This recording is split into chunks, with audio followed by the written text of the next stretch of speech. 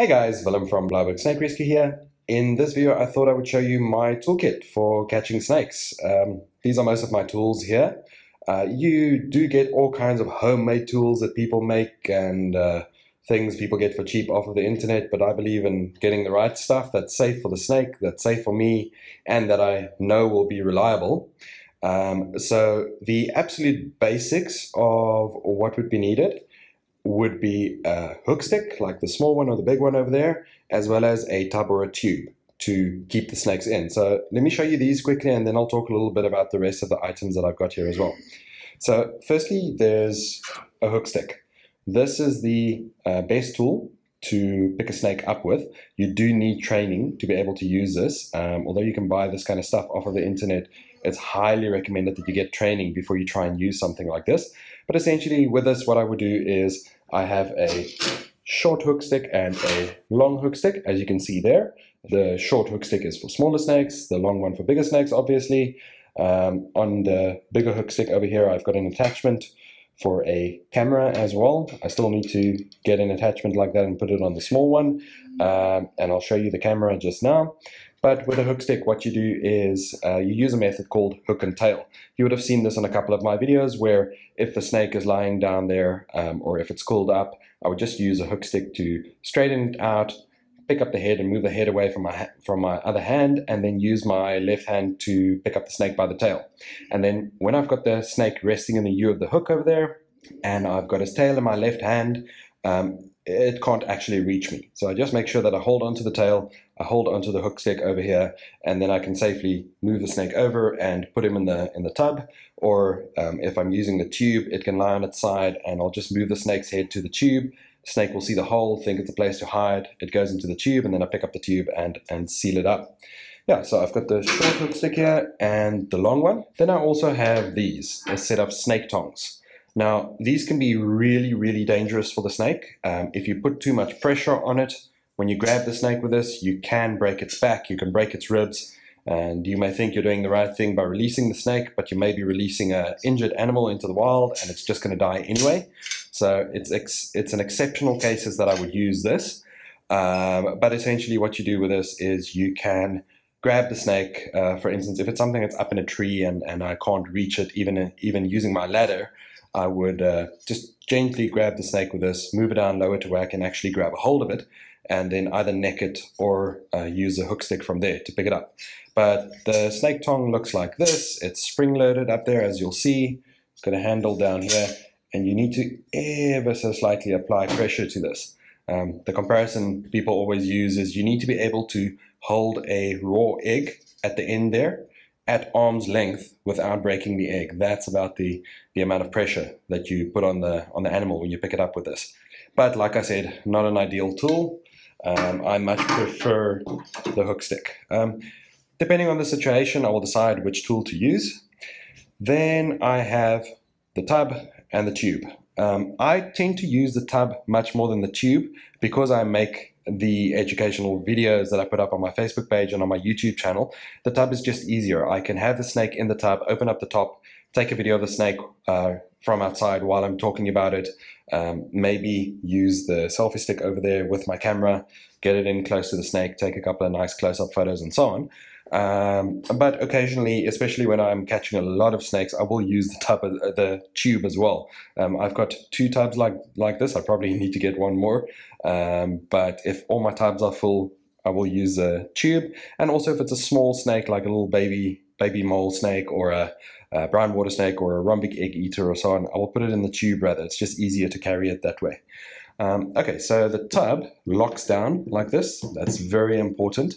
It needs to be lockable, so there's no way for the snake to actually escape. Because if I go and remove a snake from someone's property, I don't want to put this tub in my car, and then as I'm driving to a release location, the snake pops out. These tubs lock securely, as you can see there. I actually bent this metal even further in after I bought the tubs just to make sure that it can't open up. There's a ridge here, so once the metal goes over the side there, there's absolutely no way the snake is going to open this up and be able to get out. And I do have spacers under the lid here, so there is actually gaps. Air can get in and out, and the snake can breathe. With my previous tub, I drilled holes into the tub here for it to breathe, but the problem with that was it actually weakened this plastic. And then one time when I was putting the lid on, the whole thing actually broke through, which, as you can imagine, is not ideal when you've got a snake in there. You'll also notice that the lid on this tub has a handle right in the middle. I don't ever use tubs that don't have a handle like that, because when I've got a venomous snake in the tub here, I can use this lid as kind of a shield when I go and put it on. If it didn't have a handle like this and I was holding it like this and I had to put it on, the snake could have bitten my fingers. So I prefer something like this that's got a handle. Also, when I get to the other side and I'm ready to release the snake, I don't have to wonder where it is and take a risk and put my fingers in here to open up the tub. I can just grab the handle, lift it up, again like a shield, just check where the snake is, then put the cover down and then do whatever I need to do from there. The tube works on a similar principle, and even though it looks relatively small, you can actually put Cape Cobras in here. A big mole snake may struggle, but you can get bigger tubes. Essentially, this is just a PVC tube with the one side sealed, and on the other side a screw top. So I can unscrew this, open it up, put this tube down flat on the ground, and then because it's dark in there, it looks like a hiding spot, I can guide a snake in there with my hook stick, and they will go in, and once they're in, I just make sure they're at the bottom, come around, put the cover up, and close it. Tubes are very convenient for transporting snakes, but they're not as convenient when I'm making videos. So like I said, I'll use my tubs most of the time, but if it's a small non-venomous snake, I'll put it in the tube because I know I can just take it out with my hand later and hold it in my hand while I'm making a video. Okay, so those are the basic tools that a snake catcher will use: hook sticks, maybe tongs, and a tub or a tube. Some guys also like using pillowcases instead of a tub or a tube. They put the snake in a pillowcase, and once the snake is in the pillowcase, they can put that in a Tupperware container, and you can stack many more snakes in your car like that. I prefer to not use it because it's too easy for the snake to bite you through the pillowcase. Okay, then some other things that I have here is my camera that I attach to my hook stick. I've just got an attachment for it here, and this camera is a TomTom Bandit. It's not a 4K camera like a GoPro would be, but it does do 2.7K, which is good enough for the videos that I'm creating. I'm hoping that when the next version of the TomTom Bandit comes out, it will have 4K. Then I can create some really high def videos. But there are a couple of really nice things about this camera. Firstly, it contains an accelerometer. So when I've got this on my hook stick, as I'm moving around, if I make sudden movements or I turn around quickly and things like that, the camera automatically marks certain highlights on the video for me. So when I review the videos later and do some editing, I can easily skip to the interesting parts. This camera is also waterproof out of the box, and it has a GPS in. So if I go for a hike, for example, and I'm taking a video of my hike, or I go searching for snakes just to see what I can find, and I take video, the camera can actually do an overlay of where I walked and what I found and how far I went and all that kind of stuff. It's got pretty good battery life, and you don't need a cable to download the videos from this camera. It comes with Wi-Fi built in, so I can just enable Wi-Fi on the camera. I can download the videos straight to my iPhone, and then on my iPhone in iMovie I can edit the videos, or I can send it to my computer and I use iMovie on my computer. And you don't need cables to charge this camera either, which is quite nice because this camera stays in my car permanently in case I need it. And whenever the charge runs low, you just open up the battery pack at the back here. The battery pack slides out like this, and it's got a built-in USB port there. So just plug this into the USB charger that I've got in my lighter socket in my car, and this charges. Memory card is right here as well, if I quickly want to switch memory cards.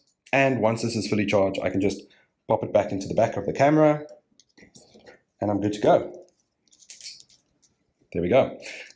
This camera also attaches to any GoPro mount. It's got this little adapter which can fit onto any GoPro mount, and so anything that's available for GoPro, whether it's a chest mount, a shoulder mount, a stick mount like that, I can put this camera on there. And this camera also attaches and detaches a lot more easily than a GoPro. So it just clicks in there, there it's attached.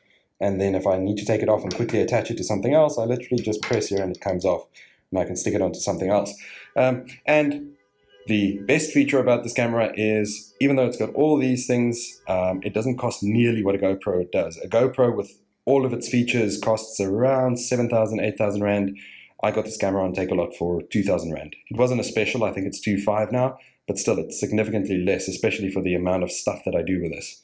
Okay, then also on the camera side, I have a selfie stick. Yes, I know. At least I use it for a good purpose.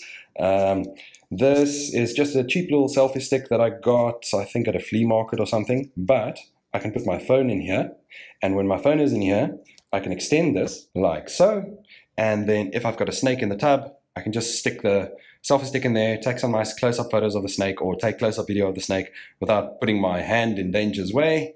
And when I'm done, just take my phone out again, collapse the selfie stick and put it away. This is really handy to get the nice close-up shots of the animals.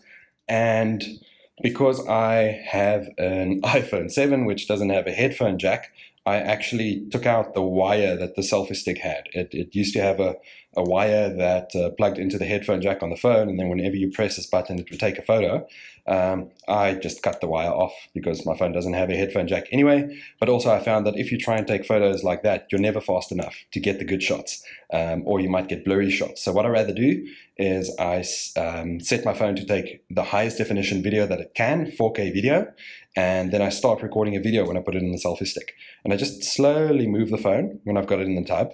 And by doing that, afterwards, when I download that 4K video, I can get pretty good photos out of that video by just taking some of the frames out of the video. I'll probably do a video about how I edit my movies at some point as well, and then I'll show you how I get those frames out of the video. Okay, then I have this. This is called a pinning stick. You'll see it's a relatively short stick with a metal U at the end here and some rubber right there. And so what you do with this is, if you are going to neck a snake, which means you pick it up by holding it behind its head, don't ever do that unless you've had the training. Some snakes can't be necked safely at all, and even with the ones you can neck, it's extremely dangerous. If you're trying to neck a Cape Cobra and he slips, he is going to bite you and you're going to be in trouble. But the way I use this is, if I need to neck a snake, say for example I'm in a very small space like a bathroom and there's a snake behind the toilet or something and I need to get it out, I can use this to pin down the snake like that without hurting it and without choking it. The rubber just holds it down. So I can pin down the snake like that, and then I use a safe necking technique to just grab a hold of it in a way where it can't turn around and actually bite me. Then I have these. These are called tubes, snake tubes. They come in different sizes for different size snakes, and you may have seen this in some of my videos, but essentially how they work is, if I want to show a snake to someone close up, or if I want to probe a snake, which I'll get around to just now, to check the gender, I can put them in the tube, and if the snake was over there on the ground, I would just hold the tube and try and entice the snake to move into the tube. They see the opening and they think it's a spot to go and hide. So I just hold it out for them until they get in, and then after they've moved in a certain distance, you grab the snake and the tube at the same time. And by holding onto the snake and holding onto the tube at the same time with the snake's head nice and deep into the tube, you're then safe. The snake can't turn around in there if you use the right size tube, and it can't get to you, and you can safely hold it like that. You can demonstrate it to people. I can probe it. I can take ticks off if I notice ticks on the snake. If there was a wound, I can apply F10 ointment, all that kind of stuff. You'll probably see a lot more videos of me using the tubes in the future. I haven't really had a chance to do that yet. And then lastly, I've got this down here. This is a probing kit. This is used to check a snake's gender. Also not something you should do without training, because you can hurt the snake. You've got to be very gentle and use a very specific technique. But these are my probes, different sizes for different size snakes. And essentially how this works is I would pick the right size probe. It's just, let me just get it to focus. There you go. It's just a blunt piece of metal like that. I would pick the right size probe for the snake that I'm working with, put a little bit of Vaseline on there. This goes down into the tail, and I can then check whether it's male or female by checking the depth that it actually goes down into the tail. Because the males have their reproductive organs in the tail, the probe can actually move into the organs like that. It goes a bit deeper. If it's a female, it doesn't go that deep because there's no space to move into. Don't try this unless you've been trained on how to do it. You can hurt the snake, and you probably can make it angry as well. Great, so that's my kit. That's what I use. If you have any questions about this, feel free to leave a comment below. I will answer as best as I can. I've got a lot of stuff here. If you plan on doing a snake handling course and you plan on removing snakes from your own property or helping your community like I do, you don't need all of this stuff. I've got a lot of this stuff because I like making different kinds of videos and so on. The basics of what you need would be a hook stick, maybe a tong, and a bucket. If you guys have any questions about this, leave a comment below. I'll answer as best as I can. And if you'd like to do a snake handling course, or if you have done a course and you've got a permit and you need to get equipment like this, let me know. I'll point you in the right direction for where to purchase all this stuff. And stay safe. Don't play with snakes unless you've been trained on how to do it. Even small snakes are deadly. If their parents are venomous, the babies are venomous as well. So don't play with snakes unless you've been trained, guys.